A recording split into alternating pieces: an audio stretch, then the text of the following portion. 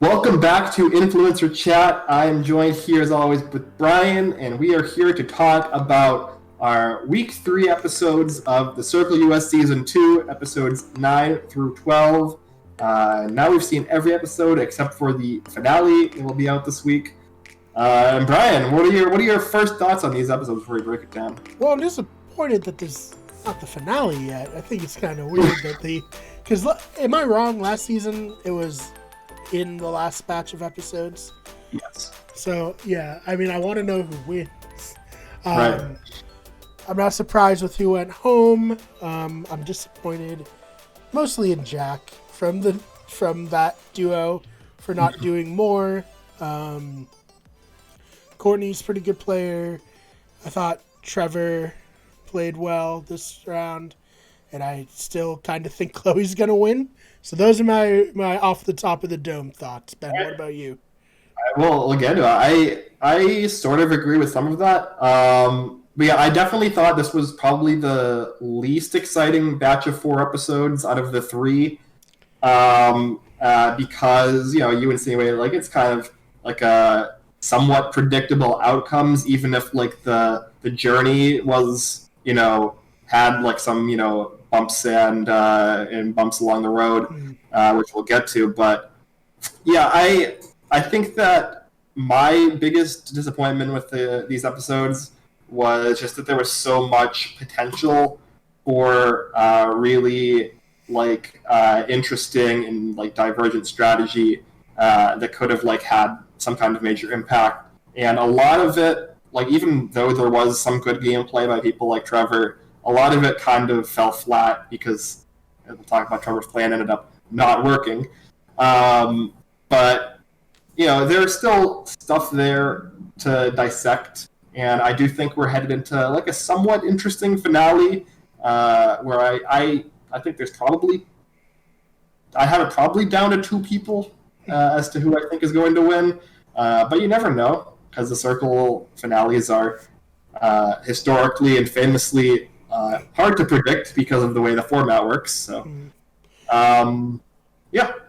I think too, just like these players need to like. I know it's weird that there's so many people left by the finale, and maybe that like lulls people like into a false sense. Like I got time. Yeah. But like it definitely felt like when there were 6 people left, the producer just someone was like, "Remember, this is the last block before the finale," and then everyone was like, "Oh shit, I need to actually start playing now," which you would like to see it earlier, or at all if you're John. Well, we'll talk about John, but yeah, I definitely agree. I think that Trevor's plan, as we'll talk about, is a good one, but was probably just executed one round too late. But yeah, I think part of that probably has to do with the fact that the cast isn't ever 100% sure when the last person to enter the Circle will be. Like they can kind of like you can look at like the past season, for instance, and know how long that season was, know how long the season probably is going to be, and kind of like plan out, okay, John is probably going to be the last person to come in. But when you're not 100% sure at the final 7, like it can create some hesitancy to make some sort of a move at 7, get somebody big out, and then you still have to play like 2 or 3 more rounds as opposed to like 1 more round before the finale, which I think is probably one of the weaknesses of the Circle format, is that it's so hard to plan multiple rounds in advance because you have new players coming in and you don't necessarily know how many more rounds of the game there are left. Yeah. No, that's really fair. That's something that like I haven't really considered. That it's like it's clear to us because we get the episodes in like a scheduled format. But yeah, no, they probably were like, oh, is someone going to come in to replace Kat? We don't know. Yeah. And then they probably were told, no one else is coming in. And that's probably why it went the way that it did. Yeah, no, I believe at the final 6 they were told that there would be 1 more blocking before the finale, and that John was the last person to come in. So I think that might have been a contributing factor, at the very least, to Trevor kind of playing it a little bit safe here. as we'll talk about. But yeah, we're kind of burying the lead a little bit, getting into a little bit of weeds here. Let's start out looking at episode 9. There's not a ton that happens in this episode. We have John entering the game. He gets to kind of snoop on the circle chat they do, where they talk about how crazy it is that Jack and Lisa were catfishing as Emily and Lance, which is pretty funny that they get to kind of see the other players' reactions to them being catfish. That's probably one of the funner parts of the episode, in my opinion. Oh yeah, no, definitely. I liked hashtag Amelia. Emily. That was fun.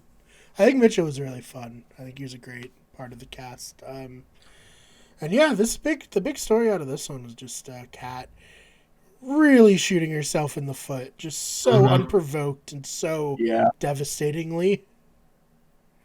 Yeah, it's funny how we talk about earlier in the season how a lot of people, like Terralisha, for instance, make bad strategic decisions because they are not thinking enough about who Savannah went to see, because nobody says that who Savannah went to see. But here we kind of have the opposite, where Kat's thinking way too much about who Emily went to see, and she is so like tunnel visioned on, she obviously went to see Chloe, even though as the audience know, like obviously they went to see nobody. But also on top of that, Jack says out loud when he enters the room with Lisa that he was planning on going to see Trevor. So so not only is Kat wrong that obviously Emily went to see nobody, but Emily wouldn't have even gone to see Chloe to begin with. So we have a situation here where Kat is overthinking who Emily went to see when it actually doesn't matter. And as you said, shooting yourself into the foot by spreading this around and like insinuating in the circle chat that Chloe is a liar, which is not great when Chloe is the by far socially best positioned player in the game. Not a good person to take a shot at. Yeah, I mean, the visit thing doesn't really even matter. Like, it helps the player who gets visited if the player who visits has, like, good info, which isn't always the case, obviously. And I just, like, to throw your game away over that, it just seems so absurd to me. I don't know how you feel. Yeah, I think that I'm not sure from Kat's perspective if this was like legitimate or if this was like just kind of a manufactured excuse for her to come up with a reason to try to go after Chloe because she saw Chloe as a threat or she saw Chloe as like socially disconnected. And she obviously did not see this Kardashians trio, otherwise she wouldn't have gone immediately to Courtney and River. People to go to. Yeah, literally the worst people. I mean, Trevor also probably would have not been great to go to. But the main takeaway here is, like, you know, at least from the outside, we can see that Chloe has ins with pretty much everybody. Mm-hmm. And so she's just, if Kat's just looking for who is somebody I can point a gun at to make sure that it's not me next, right? How do I position myself going forward or into the next round or two? Mm-hmm. Chloe is a terrible person to try to go after here. Right. No, I mean, it's tough because she's theoretically close with Mitchell. I know Mitchell thought Kat was his number one. I don't know if Kat necessarily felt the same way. And then John's completely new and also not eligible to be blocked. And then, like you said, the other three players wouldn't have been receptive to the Chloe target. So it's just like her best, if she just wanted to get rid of someone, was probably Mitchell. But that doesn't necessarily help her long term.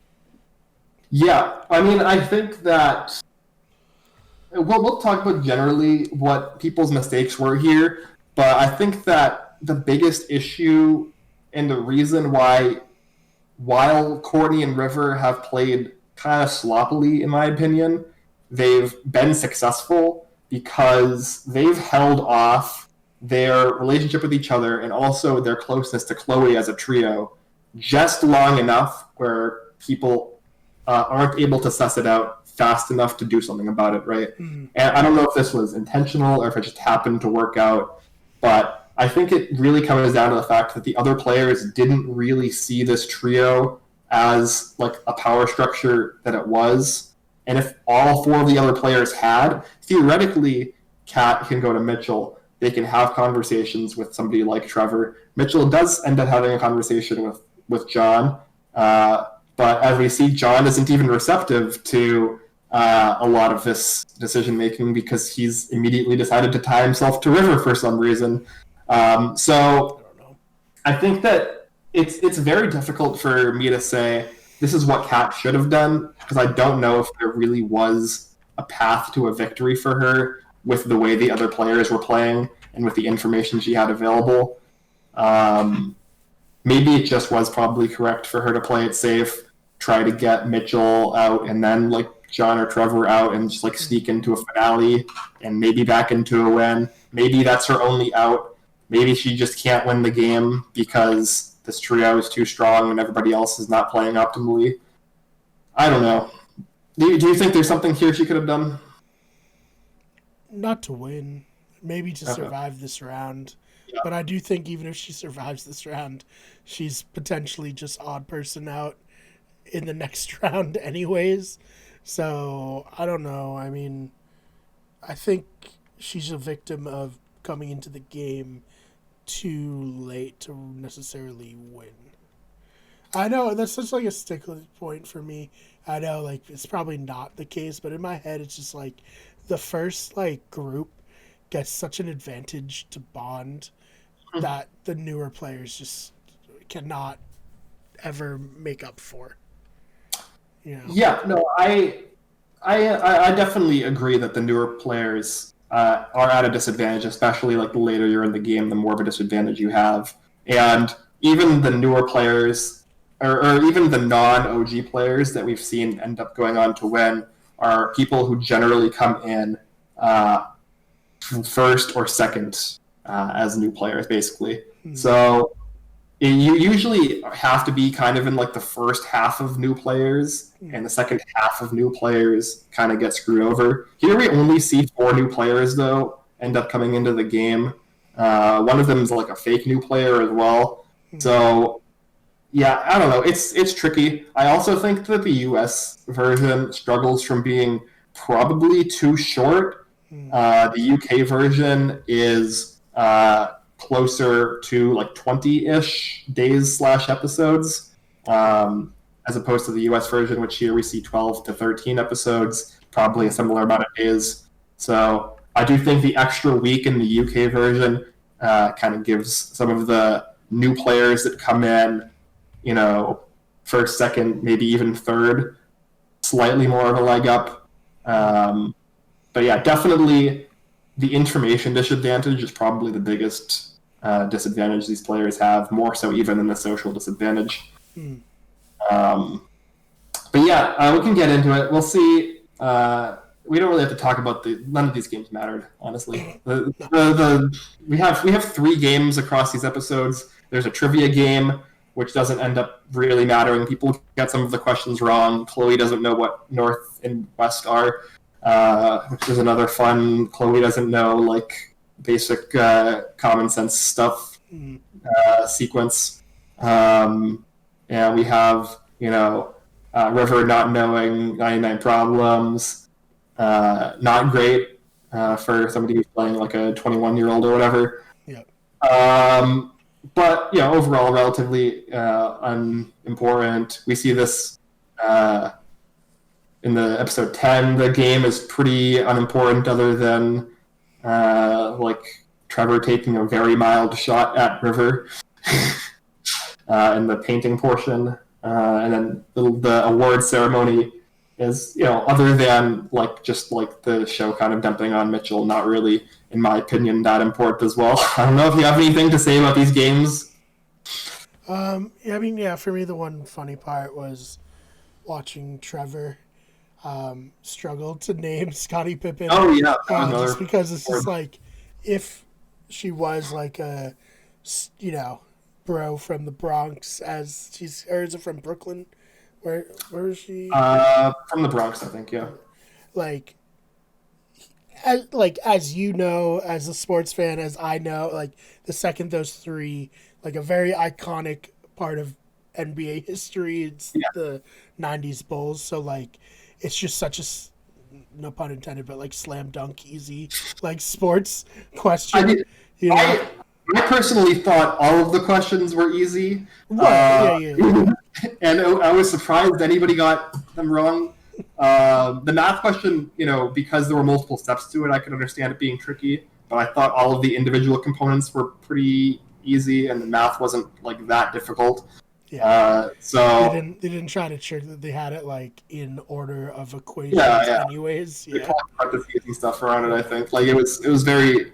I don't know. I think getting the math one wrong is the most understandable because like it's multi-step, and so if you make like one small mistake, or you don't know how many Toy Story movies there are for some reason, or you don't know one of the most famous songs in the last couple decades, that's probably not gonna help. But yeah, I thought obviously great that Trevor was able to get the Scottie Pippen as the third player there, and that would have been real bad otherwise. But it ends up being kind of a non-story. It would have been something Trevor probably couldn't recover from. Yeah, that would have been her makeup situation. Yeah. I don't know, nothing really like the picture game that they play. That was kind of like a president campaign poster thing in this situation. Usually creates a lot more drama, and people use it to throw a lot more shade. Most of these pictures, even though there was bad blood here, well, okay, I'll say this: I think the show did a bad job of selecting who did what picture, because a lot of them were like, "You're doing a picture of your best friend," and it's like, okay, well, that's not very interesting. No, definitely not. So it wasn't surprising that we only got one like somewhat shady picture. But yeah, I don't know. It was just so nice. Yeah. I was like, okay, I guess. Yeah. I think she was like, oh fuck, I did something mean and no one else did. Yeah. At least it was anonymous, I guess. Yeah. And this leads us into, we get our episode 10 influencers, Chloe and Trevor. So this becomes relevant because Trevor has set this up to try to get people to think that River is shady, presumably with the intention of wanting to try to get him blocked here. And what do you think about this influencer chat here between Chloe and Trevor? I think, as you said earlier, if she had known that the end game was there, she would have fought to keep Kat a lot harder instead of just being like, well, okay, it's fine. Yeah, see, this is the thing. I don't actually know what the circle does if the two influencers can't come to a collective unanimous decision between the two of them, right? Like, what if Chloe refuses to allow Courtney or River to get blocked, and Trevor refuses to allow Mitchell or Kat to get blocked? Like, they just sit there for hours until one of them gives, or what? Yeah, that's a great question. The only thing I could think, like, remember, like, way back in the first Big Brother All-Stars where they had the first duo HOH, and if they couldn't come to a unanimous decision, they're the ones who got put on the block. Maybe it's something like that. If you can't come to a unanimous decision, you'll either get blocked or have everyone rank you two to be blocked, something like that. I don't know. Yeah, I mean, that'd be wild television if it's just like this good television. This like standoff, and there's like a timer at the bottom of the screen, and they have like this game of chicken where like we're counting down 10, 9. One of them is like trying to like be like, okay, no, it's fine. Right before the timer goes off. Yeah, I don't know. Maybe the first player, like the player who is ranked number 1, ends up being like the tiebreaker. But if that's the case, then like the second influencer theoretically has no power, because if you're the number 1 influencer and you know that you'll break any sort of non-decision, you can just be like, I will not block anybody but this person, and force them into a stalemate. Yeah, that's a great point. I don't know. I don't know what would happen. Right? I'm curious. This is like the one part of the circle where I don't know how it works, right? Like I don't know what happens if Trevor stands her ground and or his ground. I don't know the pronouns. I get messed up. Yeah. But stands his ground. Just like giving up and just started calling the players by their assumed identities. You Yeah, know? so that's usually what I do as well. I talk about the characters' names and the characters' pronouns. But yeah, I don't know what happens if Trevor stands his ground and says, I will not allow Mitchell or Kat to get blocked. And Chloe also says, I will not allow Courtney or River to get blocked. Like, I'm curious. I want that to happen. I hope that happens on season 3 or on like a future UK season or something. Because I want to like see how that's resolved. On Twitter, maybe? Is there someone we can tweet at and get this answer? I don't know. I remember it was Sequester when I found like a loophole to their game. I tweeted at them and they were like, we never considered this. So maybe it's a thing like that. I mean, they have to consider this. Is like it's like the first thing I would do, right? If I'm an influencer in this sort of a position and I know, like, no matter, like, regardless of pissing off the other influencer or not, I know that I have no path to victory unless one specific person gets blocked in this round. Like, I'm just not going to let any, like, there's no reason to not just, like, fight as hard as possible to make sure that person gets blocked. And, like, just, like, refuse to compromise. And I kind of want to see that happen. I don't think it's really happened yet in the circle where somebody who is an influencer just refused to compromise with the other influencer when it, like, doesn't benefit them to compromise. Right. And it really didn't benefit Trevor to compromise. And, like, we saw, you know, the fallout of that. So, yeah, with Trevor not compromising, Kat is out, which is unfortunate.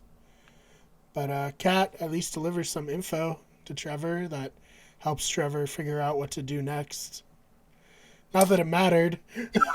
No, I mean, it definitely... some intrigue. Yeah, it definitely was info that I think reinforced something that Trevor already, like, sort of knew, but just, like, not to the extent, I guess, that maybe Kat kind of said in her, like, goodbye message to everyone, and then also on her one-on-one with Trevor here. That, like, you know, Courtney and River are, like, they're the snakes. They're the heads of this this game. One of them's gonna win if you don't, like, split them up. And I think that's definitely. Hard to agree. Yeah, you don't even have to, like, call them snakes in the sense it's just like they're a pair and there's 6 people left. Yeah. That's 2/3 of the cast. Like, and they have an alliance with a third person, so that's half of the cast. You know. And then John's doing whatever John wants. All right, okay. We've taken too long here to not shit on John because this is ridiculous. All right, I love, like, Jack is so fun. I love him. He's, like, he's been very entertaining. You know, big ups to an LRG community member, but come on, this is ridiculous. This non-strategy of, like, oh, I'm just going to cozy up to River to try to, like as a way to get into the end game. This is awful, especially with the information that Jack has, given that he was propositioned on an alliance. There was a 4 between Chloe, River, Courtney, and herself as Emily. So I don't know what Jack is doing here. Like, Lisa obviously doesn't have a lot of information, but the idea that Jack is coming into this new character and thinking that the correct strategic decision is to try to buddy up to River, I just don't understand at all. Can you give me something here, Brian? The only thing I can think is that he got so, like, I guess, surprised, or, like, he got taken out trying to play a super strategic game that he just completely overcorrected to playing, like, no strategy. Yeah. That's the only thing I can think. Like, he's like, well, I have a second chance. I may as well just try to stay on for as long as I can rather than try to win. When really the optimal move is just like, I got cut and now I'm going to burn everything down, you know, and cause as much chaos and try to, like, win that way, or at least, like, go out guns blazing, you know. Right. Well, I mean, here's the thing. I obviously, he couldn't, other than changing his ratings, which I don't think ended up mattering too much in who the final 7 influencers were. Like, he couldn't, I don't think, have done much to like save Kat other than maybe like realize the situation and try to tell Trevor ahead of time to not back down. But I just don't see a situation where putting River high is ever going to result in him winning, other than maybe some weird fluke situation, which I'm not totally ruling out, but it definitely would be, kind of winning accidentally as opposed to like some crazy strategy happening to pay off. But like, if you know that River and Courtney are a pair, which I'm assuming that Jack does, I'm hopeful at least that Jack does know this, then if you put River high, that means intrinsically, if River is an influencer, he's never going to block Courtney, presumably never going to block Chloe. So you're really kind of narrowing down the people that can be blocked here and putting yourself into a position where at best you're like fourth in a 4-person crew heading into a finale. Right. This is bad. I don't know. Yeah. I don't know if they were like limited on what they could do because it's like an advantage to be, back in the game, but no one knows you are. But like, they didn't really take advantage of a second chance, in my opinion. Yeah, no, they had good conversations too. Like Mitchell, like I mentioned before, I've reached out to them. They had a good conversation with Mitchell, or at least it seemed like a conversation. But after they left, it seemed like John was like, "No, I don't trust Mitchell. I don't want him around." Yeah. And I just don't know why, because Jack as Emily had like a good rapport with Mitchell in theory. So I don't know. It just doesn't make sense to me. No, me either. I can't come up with any reasons for how they played, to be honest. All right. Well, we tried. Yeah. That's all I can ask is, give it our own college try. Maybe we can get some clarity. They're just a complete non-entity, it felt like. Yeah. Like, not threatening enough to get rid of and not engaged enough to make any waves. Yeah. All right. So, with that aside, final 6, we have Trevor kind of realizing the situation, possibly having some buyer's remorse on the final 7 influencer decision, and kind of realizing that if Courtney and River do not get split up here, that there's probably no win condition for Trevor. And so Trevor comes up with this master plan, which this episode is aptly named after. It's a 4-step plan, and Trevor pitches this to Mitchell, and it's step 1, make sure that Chloe and River don't think that anything is up and pretend like you're cool with them. And then step 2 is Mitchell gains Chloe's trust so that, Chloe can potentially get pulled away from River and Courtney, basically setting the social pieces in place to make the strategic move to try to extract Chloe from this alliance. Step 3 would then be to tell Chloe that the Joker is probably Courtney, and as Joker, Courtney basically shat all over Chloe and said she was untrustworthy and, a snake or whatever, which is technically true, but there's a little bit of nuance missing there.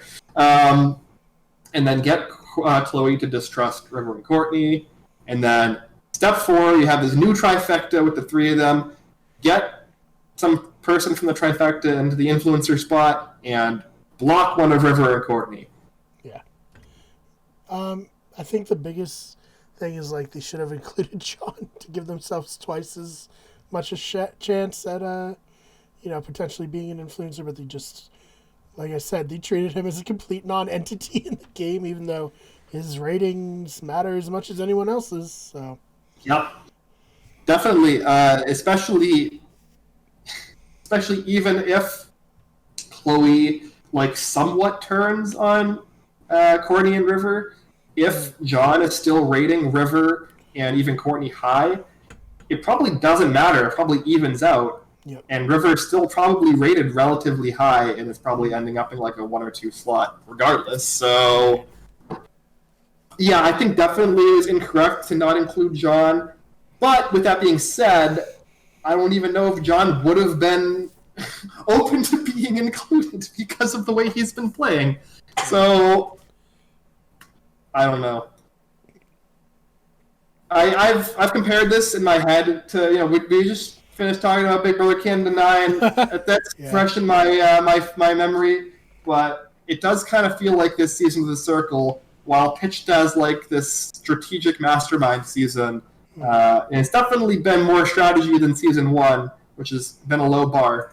But it seems like everybody is just kind of playing really sloppily and poorly and not really thinking things through and using all of the information they have available to them. Right. And again, it just kind of is coming down to the fact that the Kardashians are playing the least sloppy. Mm-hmm. And they happen to come out on top here. I don't know. What do you think? Do you think there's any situation where this plan could have worked at the final 6? No, I don't think Courtney was not Courtney. I don't think Chloe was necessarily open to hearing what they were saying this late into the game. I think she's just too locked in on the Kardashians to ever accept what they were saying as the truth. Mm-hmm. And let's clarify. It's not technically the truth. There are elements of truth to it. I agree with the sentiment that River and Courtney are more of a pair with each other than either of them are loyal to Chloe, and Chloe is kind of the third of the trio. And technically, they are correct that Courtney was the Joker, and while in the Joker chat, trash talked Chloe, but he did that with the intention of making it come off like he was Emily. So it's kind of like up in the air, like whether you consider that 100% legit. But I do think the sentiment is there that Chloe going to the finals with both River and Courtney is going to make it trickier for her to win than otherwise. But we'll get to our predictions at the end. So yeah, we have this Kardashians or this trifecta chat happen. First, we have Mitchell revealing some personal info to Chloe to try to get her to trust him more and like him more, and telling her, I may be a sexy, hunk or whatever. I have this persona of like this, gym bro kind of, there's a sense about me of what you'd expect. And maybe I'm like a ladies' man. I might be like something of a womanizer or whatever. That's kind of the vibe he's trying to put forth, or the vibe he's saying that he expects people to get from him. But in reality, and we know this from when he was introduced, he is actually saving himself for marriage, and he's a virgin because of Jesus. Yeah.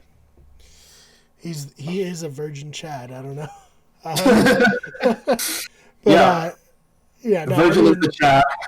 Is the incel. Yeah, no, I don't know about that. I mean, I don't know what else. Like, I don't know if there's anything better Mitchell could have said, honestly, to try to open up to Chloe. I don't know if there's any other secrets or hardships that he's gone through that he could share that would endear himself to Chloe. Yeah, because it was definitely coming off just it's just really tough to be this ridiculously good looking. Yeah. It's style, hard in my virginity. I got ladies coming all over me. That's the thing. It's just so many women want to sleep with me, and I have to be like, no, you're not the one. Ladies, you're not the one. And, I mean, I don't know if I would have responded. I would be like, all right, man, cool, I guess. I don't know. The trials and tribulations of a hunky virgin. Yeah. That's the Tim Tebow, affliction. Sure, that's Tim Tebow now culturally relevant once again. So finally, Jack is stoked. Yeah, as a Jaguars fan. Oh man. All comes back around like a circle. Yeah. Anyways, terrible, terrible. But yeah, I don't know. I mean, she was kind of just like, oh, all right, so that's why he doesn't want to sleep with me. Makes sense. Makes sense. Yeah, it wasn't that he found Emily more attractive and there was this bro code thing where he knew that Trevor and Chloe already had this kind of flirtation going on. It was definitely that he's a virgin and is not willing to have circle sex with Chloe over the circle, I guess. I don't know. I don't know whether there's not really, I don't know how this really follows down the logical path here of like, oh, that's why he doesn't want to be with me or flirt with me. Yeah. Like, oh, I mean, I don't know how technologically advanced you think this thing is, but it's basically like a TV screen. Yeah. Oh man. Yeah, definitely an odd choice. Again, I don't know. I don't know if there was a better choice. I don't know if there was something that Mitchell could have done better here. I don't think so. It probably didn't matter. But yeah. Then we have this trifecta chat where Chloe is informed and is very confused. It's one of her, like 3 states. It's like hyperactive, horny, and confused are basically the 3 states of Chloe. So right, very we're in one of the confused phases here, where she's being informed by her circle boyfriend that her 2 besties are secretly plotting against her. Some like diabolical plot, and yeah, we're kind of left on a little bit of a cliffhanger there as to like whether or not she fully buys into it. But I think the answer comes back a resounding no. Yeah, same. This is the plan fell flat, and Yeah. then the circle took all the potential intrigue away by being like, actually, there's only one. Actually, last round, you guys almost didn't agree, and we did not consider that as a possibility. So only one influencer now, until we work out a way to figure this out. That would be fun. I mean, this is definitely a twist they've done before, but it would be like a fun narrative from the production side. They were like, "Oh shit, that could have gone really poorly. We didn't really think this all the way through." So one influencer this round. And yeah, it was River. Yeah. So, okay. Yeah. Not Interesting. interesting at all. I want to, because this is something we'll come back to when we kind of go over predictions for the finale. But interestingly, we see both Courtney and River rating John as their number 1. Yeah. Definitely a little bit of a surprise. Obviously, this is probably some sort of tactical rating to try to bury Trevor and Mitchell a little bit. But definitely interesting that both of them did that. And it's one, makes me take pause about maybe there is a potential for John to back into a win here, which we'll talk about. But 2, it is interesting that even with both Mitchell and Trevor presumably rating River low, both River and Courtney putting John as their number 1. And I don't think John probably was like in the middle for everybody else. River still ends up here being our secret super influencer. So definitely really impressive that River is still able to take the number 1 slot here. Yeah, I mean, it's impressive for sure. Yeah. It was just kind of like, I felt like when it was like, oh, there's only one influencer and it's a member of the like alliance. Oh yeah, Like, obviously halfway it's GG's, but like, yeah. I was like, when they showed those 2 votes, I was like, oh my god, are they going to do a secret super influencer and it's going to be John? Like, imagine. Could only be so lucky. I mean, that would have been a wild twist, that's for sure. But yeah, we have River here. He wins this secret super influencer power, and he is sat there thinking for a minute. Do I make the head decision or the heart decision? Do I play as River or do I play as Lee? I wasn't really sure what this meant exactly. I don't know if you can give me some insight on this because from my perspective, it seems like both the head and heart decision are blocking Mitchell. But Yeah. What are your thoughts? I mean, his thing was like, oh, I need to potentially block Courtney because Courtney could win as the strategically right decision, but it is not the strategically right decision for him. Yeah. Because Courtney is going to rank him high, most likely, for the final ratings. And if you blocked Courtney, you'd lose out on someone who's going to rank you high, and you'd probably lose.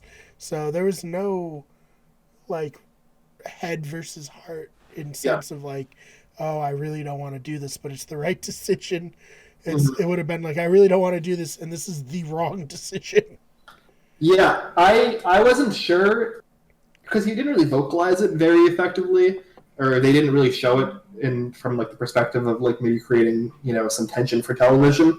Mm-hmm. But I was wondering if he was considering blocking Trevor, because I think that might have been the other thing that could have made sense. Because I think personally, River's biggest competition heading into the finale is actually Chloe, and rather than blocking Chloe, it might be correct to take somebody out like Trevor and like cut some of Chloe's potential high ratings off the knees, because Trevor is the most likely person to rate Chloe definitively above River of the four, whereas Mitchell might be more of a toss-up either way.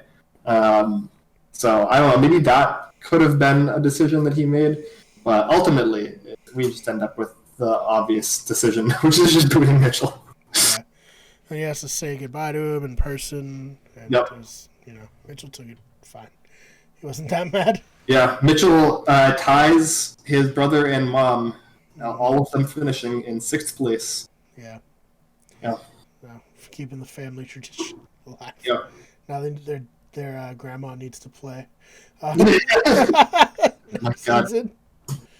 But yeah, so like you said, GG Mitchell. I mean, you probably didn't have a chance, but it is what it is. You played kind of hard in the last episode you were in. Yeah, he definitely had more game sense than I anticipated him to have, based off of his first impression or whatever. He was, I believe, the first person to correctly vocalize that Courtney was the Joker. And he, I think, correctly understood kind of his endgame scenarios. It's just didn't really have the social power or sway or like really full information to do anything about it. Partially because of coming in late, but I think more so again because I think other players, John, are playing a little suboptimally. But yeah, it was fun. Yeah, not much else to say about him, right? Yeah, for sure. Interesting. You use cheeky as the, He's definitely cheeky in multiple ways, yeah. So yeah, I guess the only question left is... much of the cheekiness, if anything. Yeah. The only question is, who's going to win, Ben? I mean, we made predictions last week. You said Trevor, I said River. Are you standing by Trevor? No, I don't think after this week. I think Yeah. the tables have turned quite a bit on Trevor. Yeah. No real friends left. No friends who are not more friends with other people. So, yeah, I think either Chloe, River, or Courtney, one of those three are locked in.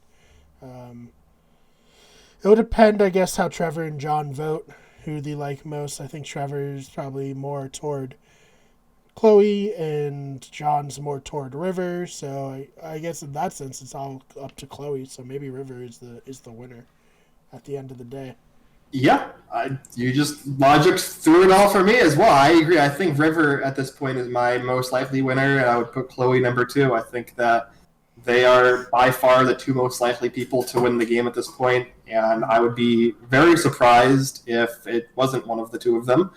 I am putting River at a slight favorite just because, I do think, like you said, that John probably puts River high, Trevor probably puts Chloe high. Probably comes down to Courtney. Courtney probably puts River higher than Chloe, and that's probably the game right there. But you never know. I think that there's enough margin there for Chloe to eke out a victory.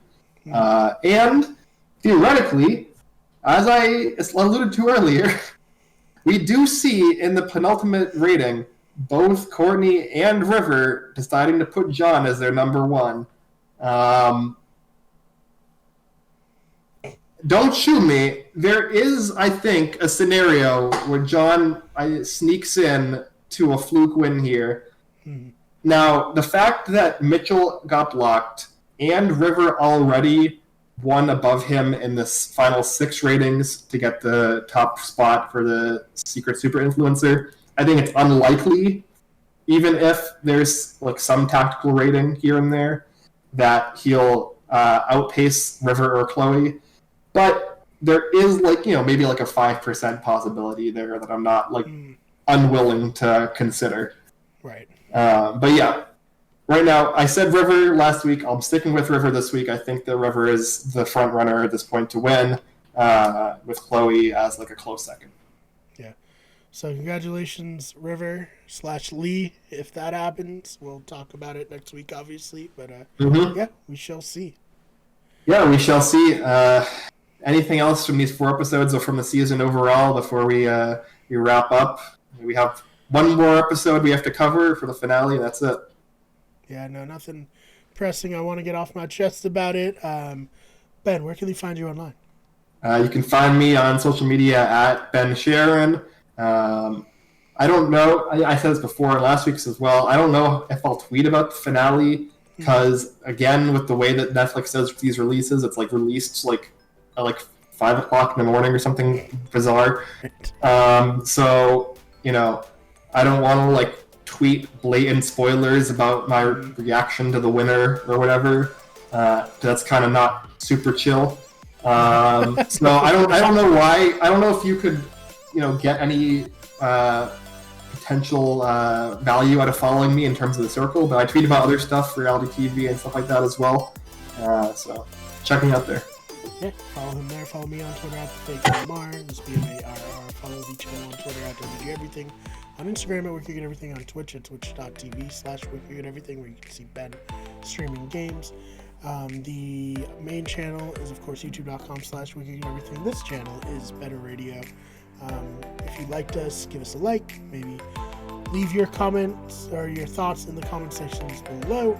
Rate us on iTunes if you're listening there. And yeah, we'll see you guys in the last episode of The Circle Season 2.